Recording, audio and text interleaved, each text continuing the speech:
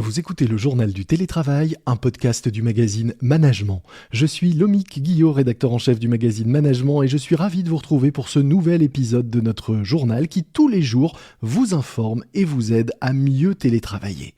Aujourd'hui, nous allons parler de la nouvelle vie de vos bureaux. C'est parti.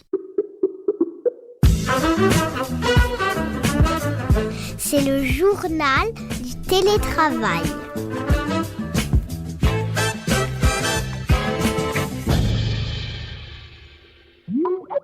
Aujourd'hui, dans le journal du télétravail, le podcast de management, j'accueille Aude Grant, directrice générale adjointe de SFL, qui réalise tous les ans le baromètre Paris Workplace avec l'IFOP, un baromètre qui porte sur l'immobilier de bureau. Bonjour Aude. Bonjour. Alors SFL, c'est une foncière spécialisée dans l'immobilier de bureau. Votre étude montre que les salariés restent très attachés à leur bureau. Si j'étais taquin, pour commencer, je dirais que vous avez payé pour être assuré sur l'avenir de votre business en fait. C'est vrai qu'on est ravis d'avoir ce genre de résultats, mais malheureusement, on n'a pas payé. L'étude Paris Workplace, c'est une étude qu'on fait maintenant depuis 7 ans.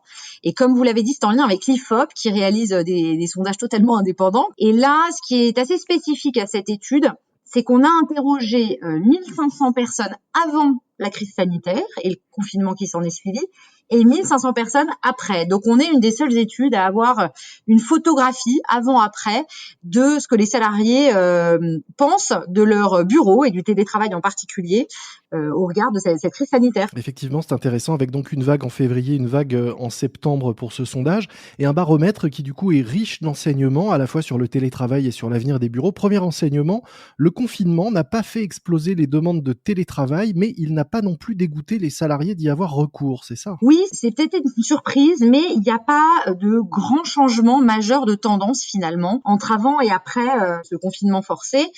On a à un point près quasiment le même pourcentage de salariés qui nous disent vouloir télétravailler. C'est 86 et 87%. Donc finalement, cette tendance de souhaiter davantage de flexibilité dans son organisation et de pouvoir bénéficier ponctuellement de télétravail, cette tendance, elle était déjà là avant le confinement numéro 1 notamment. Ce qui a un petit peu changé, c'est la dose, c'est la quantité, puisque avant on était plutôt sur un souhait émis de télétravailler de l'ordre d'une journée et demie par semaine, et c'est vrai que quelques mois plus tard, on est passé plutôt à 2 jours par semaine. Donc un désir global de télétravail qui n'a pas augmenté en proportion, mais une dose de télétravail plus forte, plus près donc de 2 jours. Oui, une jauge qui a un petit peu augmenté. En revanche, ce qui nous paraît intéressant, c'est que finalement, même après ces mois de confinement et de télétravail à marche forcée, finalement, il y a encore quasiment 2/3 des salariés qui souhaitent travailler la majorité de leur temps au bureau et donc une minorité chez eux. 63% des salariés, ce qu'on apprend dans le baromètre, qui restent attachés au bureau et qui veulent y travailler au moins 3 jours sur 5. Exactement. En revanche, est-ce qu'on sait pourquoi ils veulent venir au bureau ? Sur le podium, la première marche du podium, c'est la vie sociale avec les collègues. Parce que c'est la première raison de venir au bureau pour 55% des salariés. Et ça a augmenté de 8 points entre février et septembre.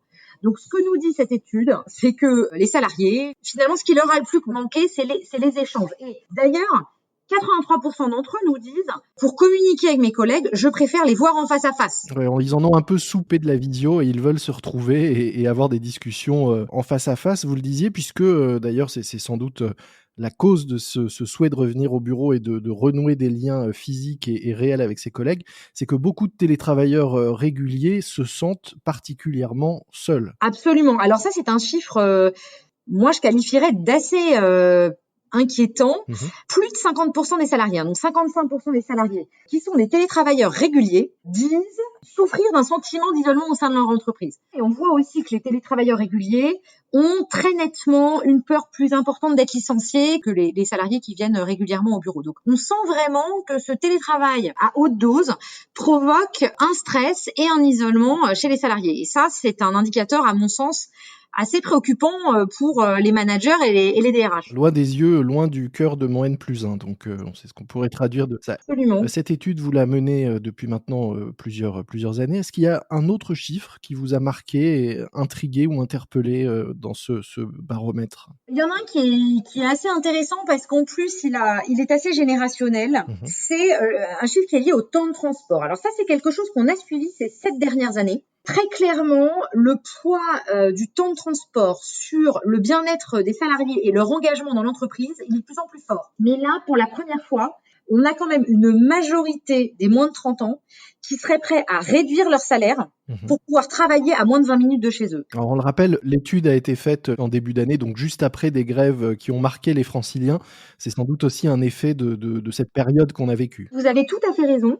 Je pense que le temps de trajet est un élément très irritant, comme on peut l'appeler, et il le devient de plus en plus. Mais ce qui est intéressant, c'est qu'avant, c'était un irritant qui jouait sur le bien-être et la motivation des salariés. Désormais, c'est un critère de choix pour les salariés. Donc, c'est un élément qui doit être regardé de plus en plus près par à mon avis, les dirigeants et les managers. Alors vous qui êtes spécialisé dans l'immobilier de bureau, est-ce que ça change la façon dont vous allez demain imaginer les implantations de ces bureaux, avant de parler de l'aménagement des bureaux eux-mêmes? Mais déjà, est-ce que en termes de logique géographique, ça a des conséquences très concrètes sur vos métiers, par exemple? Pour nous, oui, ça fait quelques années que on sent cette tendance. Donc pour nous, c'est pas, encore une fois, ce n'est pas une révolution. Mais là, a priori, ce qu'on sent, c'est que la crise, Une accélération. Voilà, c'est une accélération de ces tendances-là, comme pour beaucoup d'ailleurs de domaines en ce moment. Mais ce qui est clair, c'est qu'il y a une prime à l'accessibilité. Et clairement, quand on parle d'accessibilité, on se rend bien compte que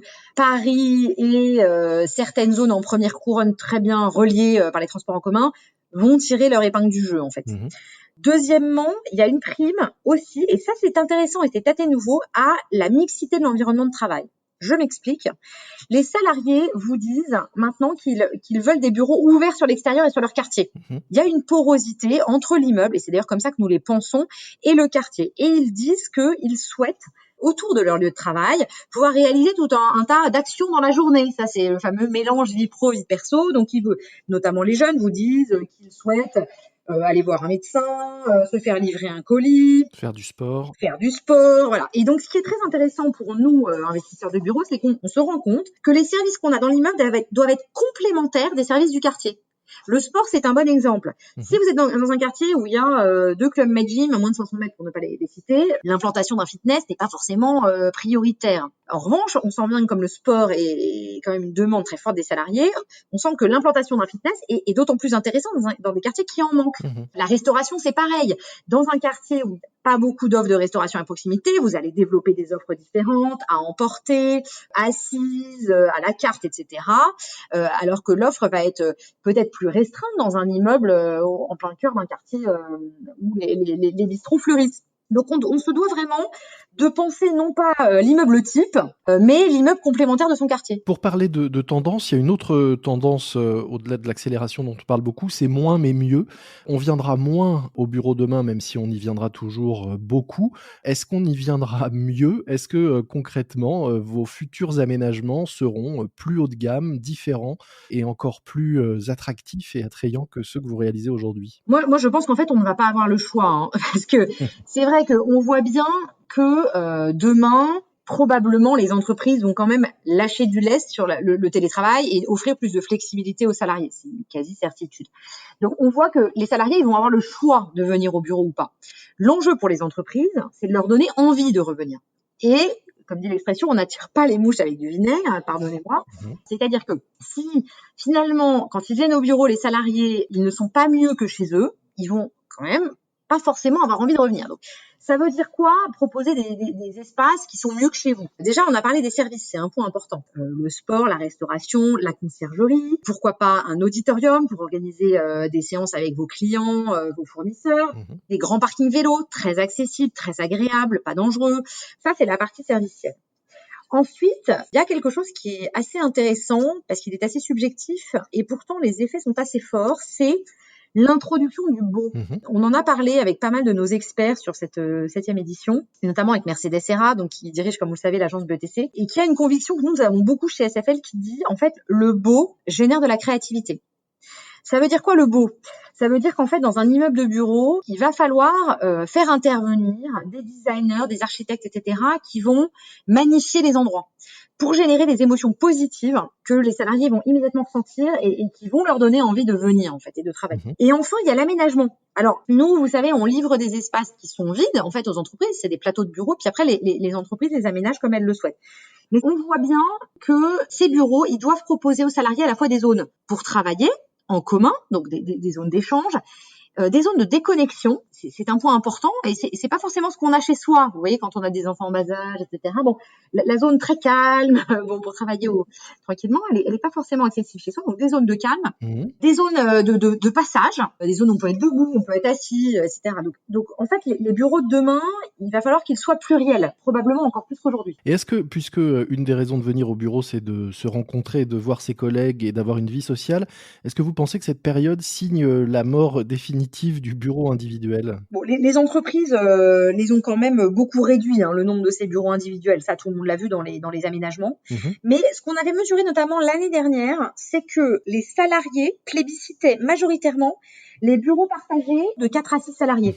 Ça, c'était l'aménagement finalement qui générait le plus de bien-être et de motivation pour les salariés, et non plus le bureau individuel. Il y a quelques années, et notamment avant le confinement, ces derniers mois, on voyait de plus en plus de bureaux décorés comme à la maison, façon lieu de vie.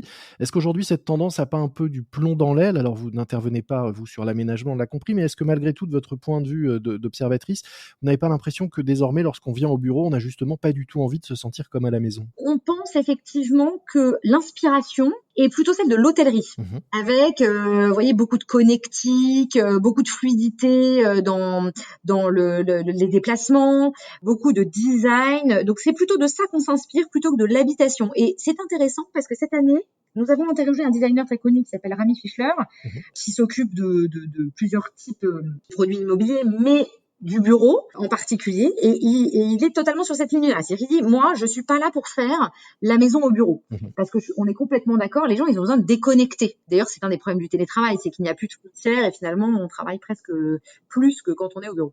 Donc, on n'est pas là pour refaire la maison. En revanche, on est là pour apporter tous les services que les salariés demandent, en fait, sur le lieu de travail. Et donc, tout ce dont on a parlé tout à l'heure, le tout dans un environnement agréable pour les yeux et reposant pour l'esprit. Exactement. Et beaucoup d'autres chiffres et d'enseignements à découvrir dans cette étude Paris Workplace, ce baromètre que vous réalisez en partenariat avec l'IFOP chaque année.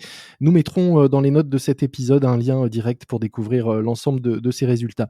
Merci beaucoup Aude Grant. Je rappelle que vous êtes directrice générale adjointe de SFL, donc foncière spécialisée dans l'immobilier tertiaire. Merci à vous. Merci beaucoup, à bientôt, au revoir.